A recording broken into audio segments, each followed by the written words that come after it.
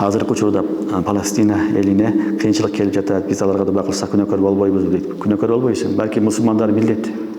Мусулман жок дегенде экинчи мусулманга дуа менен жардам кылыш керек. Пайгамбарыбыз саллаллаху алейхи вассалам башка бир мусулмандарга аягы акыбал түшкөндө пайгамбарыбыз орунда 40 сахабаны алып барып карыларды. Риа Закван деген кабила бизге дин өргөтүсүн деп алып барып жолдо кыянаттык кылып өтүрүп салышат.